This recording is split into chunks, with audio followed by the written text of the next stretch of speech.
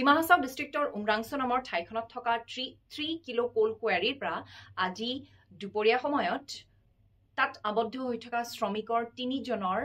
মৃতদেহ উদ্ধাৰ কৰিবলৈ সক্ষম হৈছে এটা অতি দুখদ ঘটনা তাৰ লগতে তোমালোকক এটা কথা জনাও যে একেদিন বহুত বাতৰিত তোমালোকে শুনি আছা ৰেট হোল মাইনিং কি বস্তু ৰেট হোল মাইনিং হৈ গৈছে এইটো সৰু সৰু এনেকে গাঁত কৰে ঠিক আছে এইবোৰ দেখিছা আৰু এই ৰেট হোল মাইনিংটো আমাৰ ভাৰতত যিমান কয়লা খনি আছে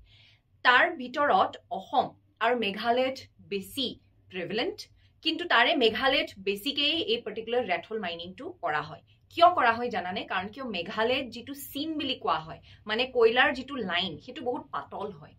যত ঝাৰখণ্ড আৰু ছত্তীশগড়ৰ যদি তোমালোকে কোল সিমটো চোৱা হেতু বহুত ব্ৰড হয় সো হে ব্ৰড কোল সিমটো ৰেট হোল মাইনিংৰ দ্বাৰা খান্দি উলিয়াব নোৱাৰি কিন্তু যিটো মেঘালয়ৰ কোল সিম হেতু খান্দি উলিয়াব পাৰি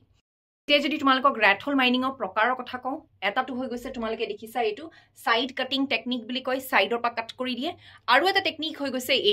এইটো হৈ গৈছে তোমাৰ বক্স কাটিং মেথড বক্স টাইপত কাট কৰি পেলাই উলিয়াই দিয়া হয়